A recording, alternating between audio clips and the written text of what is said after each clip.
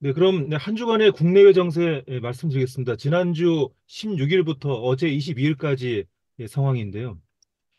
이번 주는 제가 세밀하게 체크를 했는데 또 아주 중요한 건 그러니까 이 이슈의 종류가 많지가 예, 않았습니다. 그리고 뭐또 이렇게 아주 강한 이슈는 없었는데 또 이슈의 종류가 이렇게 뭐 국내도 그렇고 세계적으로도 그렇고 이슈가 이렇게 숫자가 많지는 않은 종류가 많지는 않은 한 주였습니다.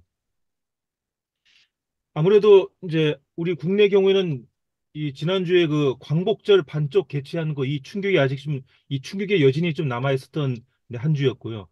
네, 그리고 보시면은 이재명 대표가 이 전당대회에서 연임에 성공을 했습니다. 그리고 이 최상병 특검법이 다시 논의가 되고 있고요. 그리고 지금 뭐 국민의힘에서 이제 좀 이게 논의하려고 하는 그런 모습을 지금 보여주고 있습니다.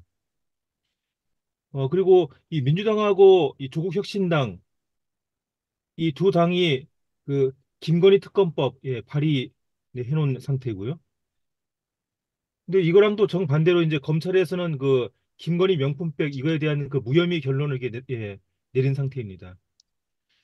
다음 번 가보시면은 이 코로나가 다시 지금 심해지는 그런 상황인데, 근데 이 정부에서는 이게 팬데믹이 아니라 엔데믹 과정이다. 그리고 또 그래서 그 현행 의료 체계 그대로 유지하겠다. 이렇게 지금 입장을 지금 정리하고 있습니다. 그리고 이 역사 전쟁에서 보시면은요.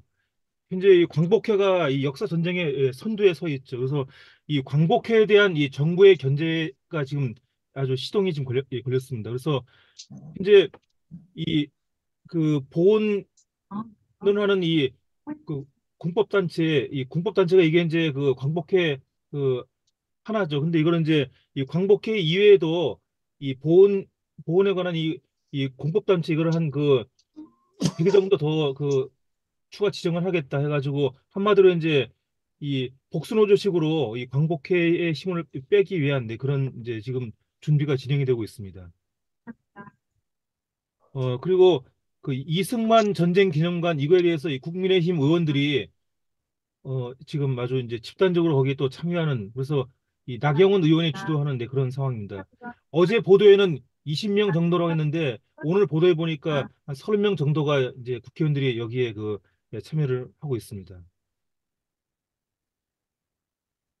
그리고 여기 음, 이 대외관계 보시면은요. 다가오는 9월 1일이 이제 관동 대지진, 이 관동 대학살 101주년 되는 날인데요.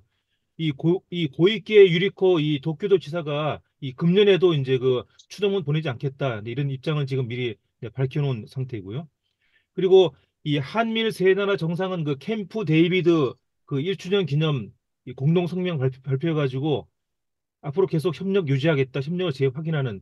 그래서 어떻게 보면 이게 상투적인 그런 성명인데 지금 상황에서 참 이게 한미일 세 나라 입장에서 필요한 게 지금 뭐 그 미국 그 바이든 또 이 또 기시다 이그 3대 정상 중에서 두 명이 지금 바뀌는 상황이기 때문에 그래서 아무래도 동력이 좀 떨어질 수밖에 없는 그런 상황인 거죠. 그래서 이제 이렇게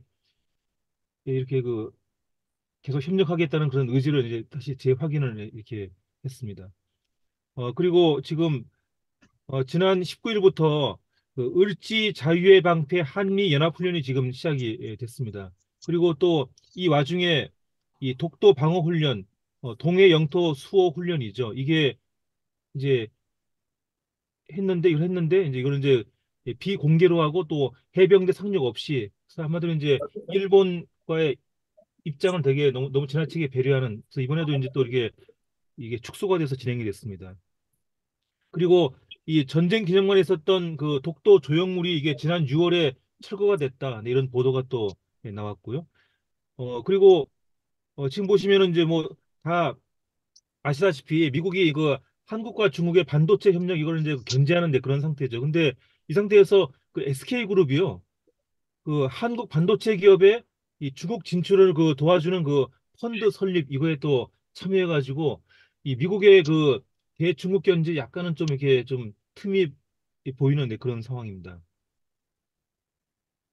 그리고 이 전범 기업 그 일본 제철이죠. 일본 제철에 대한 이 두 건의 항소심에서 피해자 유족들이 승소했습니다. 근데 1심에서는 이 소멸시효가 지났다 해가지고 두 건 다 패소한 사건들인데요. 근데 지난 작년 12월에 대법원에서 이 강제징용 소멸시효를 그 2012년이 아니라 2018년으로 이렇게 이제 6년 뒤로 그 늦추는 그런 판결을 해가지고요. 근데 그래서 그런 새로운 대법원 판결에 따라 가지고 이 소멸시효가 바뀌는 바람에 이제 이 하급심들이 이제 이번에 원고에 대해서 이제 승소 판결을 해주, 예, 예, 해주게 됐습니다. 그래서 이제 각각 한 1억하고 한 8천만 원 정도 이 두 건이 1억, 한 건은 1억, 한 건은 8천만 원 이렇게 이제 이 피해자 유족들이 받게 됐습니다. 근데 앞으로 이제 이 받는 게 쉬운 게 아니죠. 또 이제 또 앞으로 그 집행 단계에서 또 이제 기나긴 또 이게 또 긴 줄다리기가 또 있을 수가 있고요. 또 아니면 이제 그 윤 정권이 개입해가지고 그 정부에서 주는 그 제3자 변제 받도록 이렇게 유도하는 또 그런 일도 있을 수가 있고요. 음, 그리고 이제 경제 쪽을 보시면은요. 지금 아주 뭐 뉴스에서 보도가 많이 되다시피 이 가계 채무 잔액이 되게 많이 커지고 있습니다. 그래가지고 지금 2002년 이후로 가장 최대 규모죠. 그래서 현재 보시면 현재 규모가 1896조 원까지 이렇게 가계부채가 증가한 네, 그런 저기 모두 다 음소거 좀 해주세요. 음소거.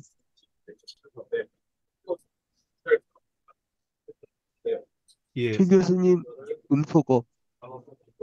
들어오셨네. 예, 들어오셨네요. 예.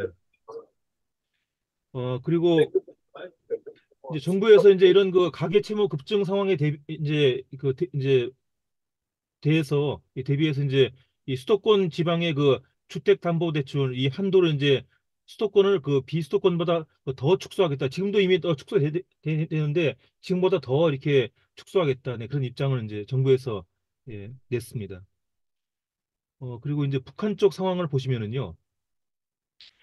이제 예, 지금 막 끝났죠. 이 미국의 민주당 정강에서 민주당에서 이번에 이제 전당대 하면서 이 정강을 바꿨잖아요. 바꿨는데 거기서 이제 다 보도가 됐다시피 북한 비핵화 그리고 북한 인권 이거에 대한 그 이 종전의 그 언급들을 종전의 그런 그 문구들을 그 뺐습니다. 그래서 근데 뭐 말은 계속 신경을 쓰겠다고 하는데 아무래도 이거는 이제 미국의 대북 정책이 거의 그 한계점에 와 있다. 뭐 공화당은 이미 훨씬 더 많이 포기한 상태고 또 민주당도 이제 사실상 이게 포기하는 단계로 가고 있는 그런 상황입니다. 그리고 또 하나 보시면 이제 미국이 그 지난 3월에 핵무기 운용 전략, 핵무기 운용 지침을 이제 승인을 했는데요. 이거는 이제 북한이 핵 보유국이다. 이걸 사실상 전제한 상태에서 미국도 이제 그 핵 전력으로 거기에 대응하는 그리고 이제 이 미국과 북한, 중국, 러시아의 그 핵 연대 이거에 맞서 가지고 미국이 이제 이핵 전력을 증가하겠다는 그런 지침들을 이게 이번 3월에 승인했다는 게 이제 뒤늦게 보도가 됐습니다. 그리고 북한군 한 명이 이제 고성군 통해서 또 기순을 해왔고요. 근데 지금 보시면 북한이 이 민심 통제하느라고 이제 국경을 이제 이게 민심 통제하느라고 되게 그 아주 그 심혈을 기울인 상태인데 이런 상황에서 한 사람은 강화도에서 이제 그 강을 건너서 오고 한 사람은 또 이렇게 고성군 통해서 와가지고 아무래도 이 북한의 그 민심 그 통제하는데 약간 좀 이게 허점을 보여주는 그런 한 주였습니다. 그리고 이 김영호 통일부 장관이요. 앞으로는 그 첨단 기술을 이용해서 이 북한 주민들에게 정보를 전달하겠다 이렇게 입장을 표명했습니다. 그래서 그러니까 이거는 이제 아무래도 기존의 그 대북 전단 그리고 대북 확성기 이거 갖고는 좀 힘들겠다. 아무래도 이제 그동안 이 그 대북 전단하고 확성기 해서 이렇게 한 거에 대한 그 보복이 너무 최근에 너무 컸기 때문에 아무래도 좀 새로운 방안을 강구하겠다 네, 그런 입장을 이제 표명을 했습니다. 그리고 세계 상황 보시면은요, 태국에서는 그 탁신 전 총리의 딸이 이 막내 딸이 이번에 또 총리가 됐고요. 그리고 그 아까 뉴스에 보니까 이 탁신이 거의 뭐 상황 역할하고 있다. 그러니까 상총리죠. 예, 상황 역할하고 있다는 그런 보도가 있었고요. 그리고 이 중국의 해경선과 이 필리핀의 해경선이 이번 한 주 동안에 그 남중국해에서 그 충돌했습니다. 이게 진짜로 이 선박끼리 충돌을 한 거죠. 이 중국 배가 필리핀 배에 이렇게 가서 이렇게 충돌하는 그런 상황이 있었습니다. 거의 뭐 지금 보시면은 이 중국과 대만보다도 이 중국과 필리핀이 지금 더 관계가 험악해지는 그런 상황이고요. 그리고 저 일본 쪽 상황 보시면은요, 그 일본은행이 최근에 이 채권 보유를 축소하고요. 그래서 이 시중에 돈을 거두는 정책을 지금 펴는 중인데요. 그래서 이걸 보면서 이제 그 보도가 나왔습니다. 지금 그 미 연준 그리고 유럽 중앙은행 ECB 그리고 또 영국의 잉글랜드 은행 이런 그 것과 함께 그 일본 이 중앙은행도 이거 그 양적 긴축 대열에 지금 그 가담하고 있다 이런 보도가 나왔는데요. 근데 하반기에 만약에 9월 달에 미 연준이 만약에 기준금리 인하게 되면 또 이런 이 대열이 약간 좀 또 대열의 그 양상이 바뀌게 되겠죠. 그리고 해리스가 이 전당대회에서 이제 후보직을 수락을 했습니다.